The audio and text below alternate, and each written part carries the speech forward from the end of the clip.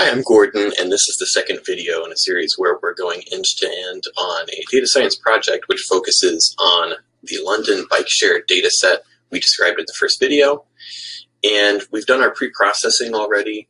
At the end of the first one, we put together a couple of data frames to represent mean average arrivals and mean average departures at each station for each time period of interest. And I didn't show this in the last one, but I think it's a handy trick just to go ahead and pickle what you've got so that if you want to go back to this in the future, you don't necessarily have to run the whole notebook.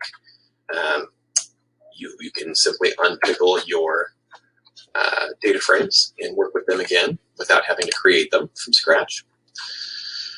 And what we're going to be looking at right now for the second video here is what we can do with this information. All right, and I've got a little bit of information on the screen right now about the Poisson distribution with some resources that I think are helpful if you're unfamiliar with what it is, where it comes from, why it's important to us here.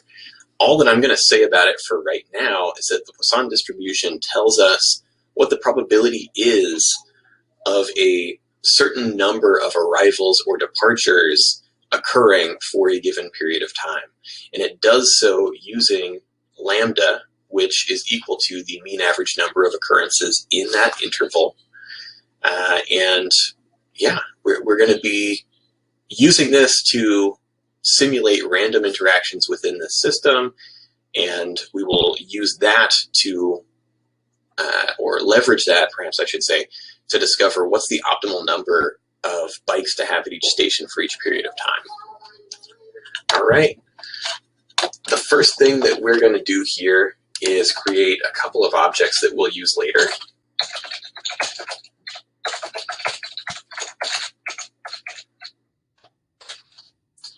And the first of these is capacity.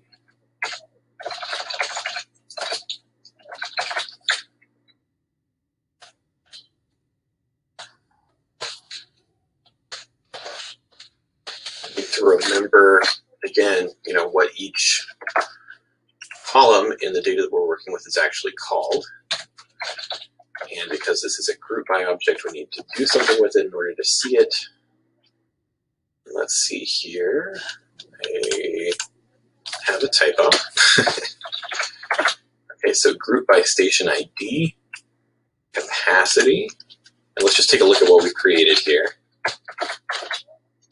Perfect. So now we have an object, a group by object that is pointing to the capacity of each station, and it tells us based on the ID what that capacity is. Excellent. And now we want to take a look at arrivals and departures along a certain period of time. So I'm going to create a few objects that point to, we're going to say, arrivals and departures in the 8 o'clock hour.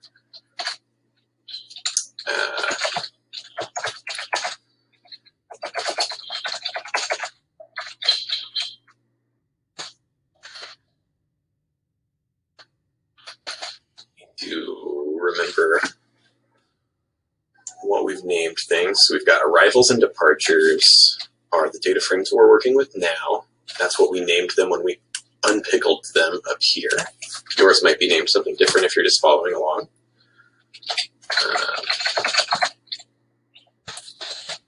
And we're going to say, go ahead and point to the 8 o'clock hour.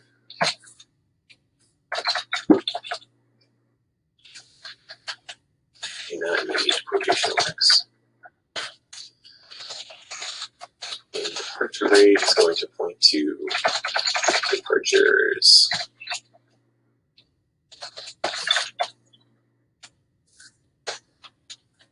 at the 8 o'clock hour.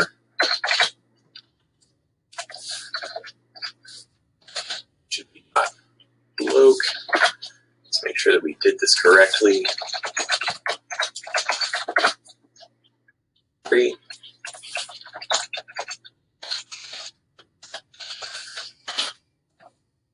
Okay, these look like what we would expect. Good. So how, thinking about this abstractly, how might we simulate average interactions, or random interactions, I should say, in this system. One way that I'm going to do it here, which is admittedly a little bit of a lo-fi way of doing this, is just to create lists to represent arrivals and departures. And I'm going to create a little function here which takes arrival rate and departure rate as an input and makes these two lists. We're using something here called list comprehension. You could use a for loop, but that would be a little bit less efficient in the long run. It would just take longer. And as you'll see, once we get farther into this project, time is definitely a factor with what we're doing. It will take quite a long time to actually run some of the code that we write here.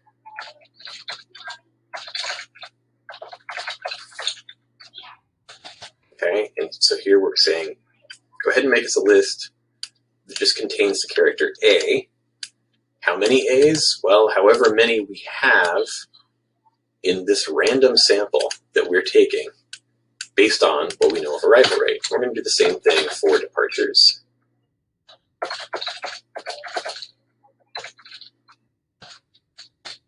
You'll see how this even makes sense a little bit later.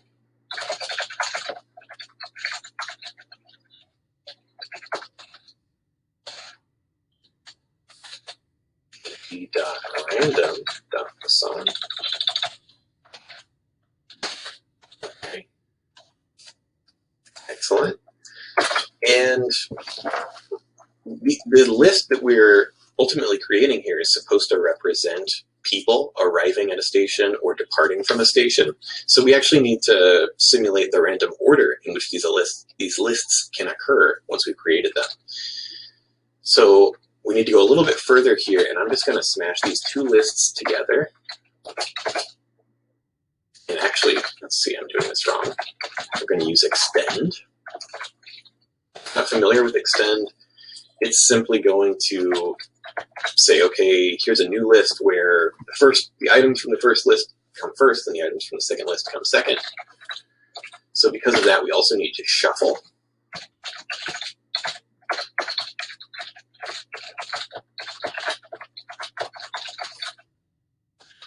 And then we're going to say return.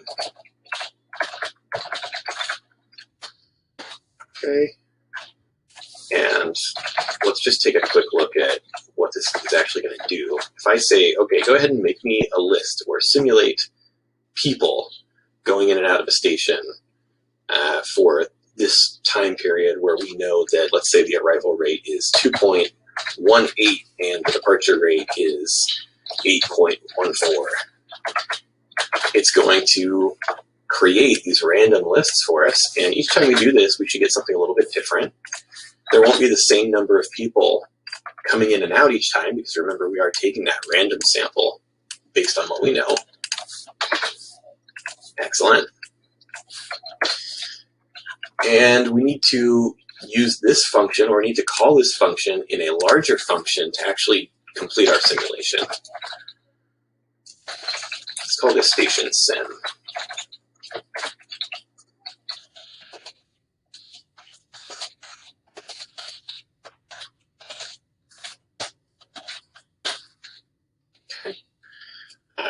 I'll give this one a quick doc string here. Okay.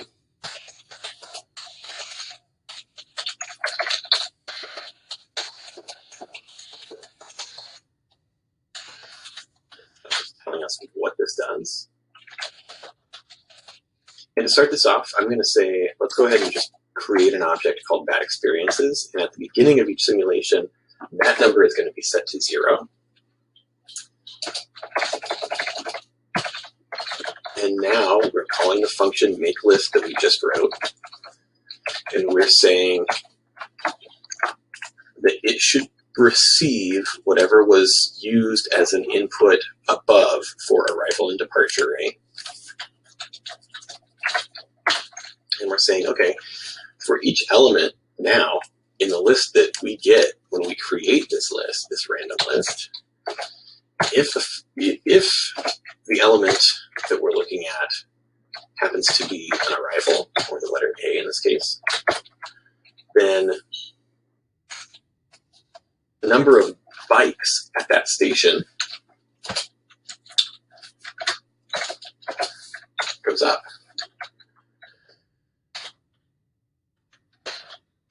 And if the number of bikes now is exceeding maximum capacity, which I didn't call this out when I wrote it, but that's what these are. We've got arrival, departure, bike inventory level, and maximum capacity for the station. So if the number of bikes at that station is now greater than maximum capacity, well, that's impossible. So we're going to go ahead and say that person was not able to drop off their bike, which was a bad experience. And now we also need to bring the level of bike inventory down because it cannot exceed maximum capacity, and we already said that it does, right? So thinking about this sequentially, we need to go back and sort of fix that issue. And now, I want to make sure that we've got our indentation correct here. Now we want to check for the other condition, because the other condition that's possible is that that element might not be an A, instead it might be a D for departure.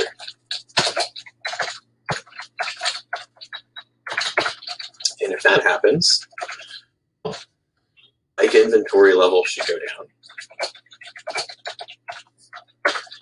And then we need to check the condition to make sure that there are still bikes at that station. So if the inventory level is now less than 1, well, that's impossible. So we're going to go ahead and record a bad experience.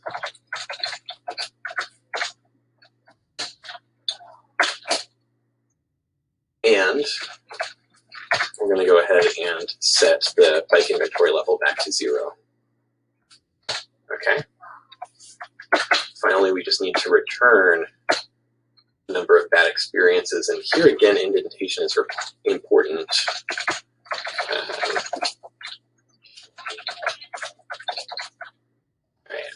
There may be maybe some issues here. Okay, so okay. Yes, there is an indentation issue, so let's go ahead and fix that. And you know what? We're just going to do that this way.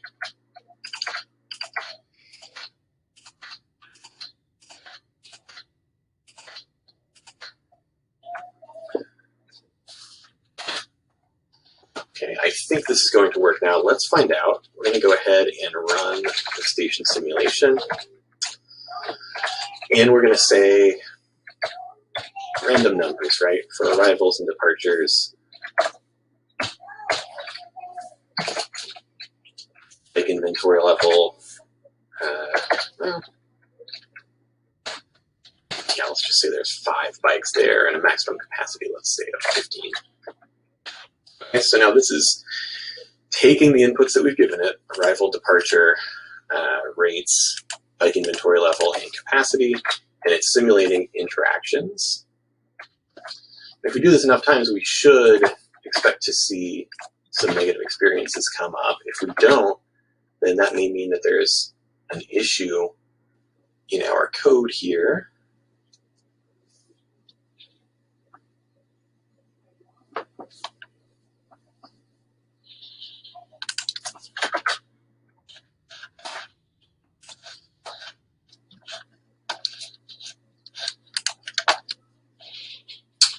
And the fact that we're not seeing bad experiences, here we go.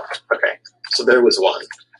Let's make this a little bit more obvious, because the number of times that I ran that and didn't see any bad experiences come up was a little concerning.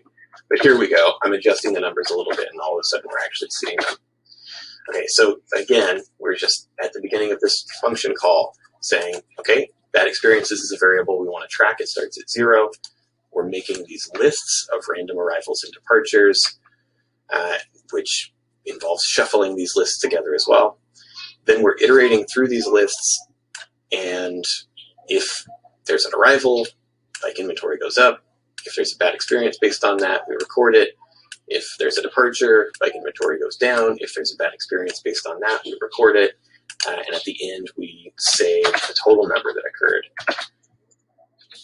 which should be a random variable, right? And it's the result of these more complex interactions. Okay.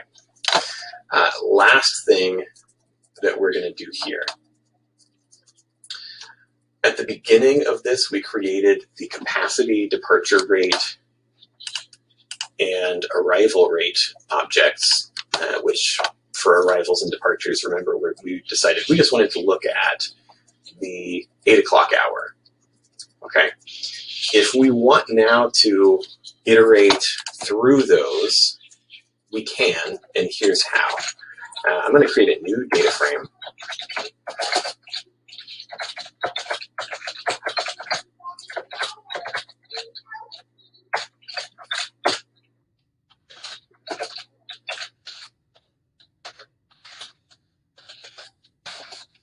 And bear with me here. If you're following along with the code here, remember these are objects that we created. We're saying, okay, give us a new data frame. We want it to include arrival rate, departure rate,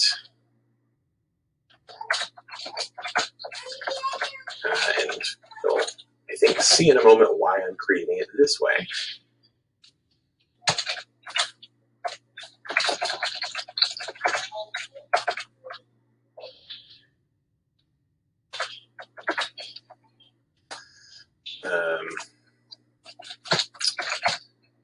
Remember what we've named these things.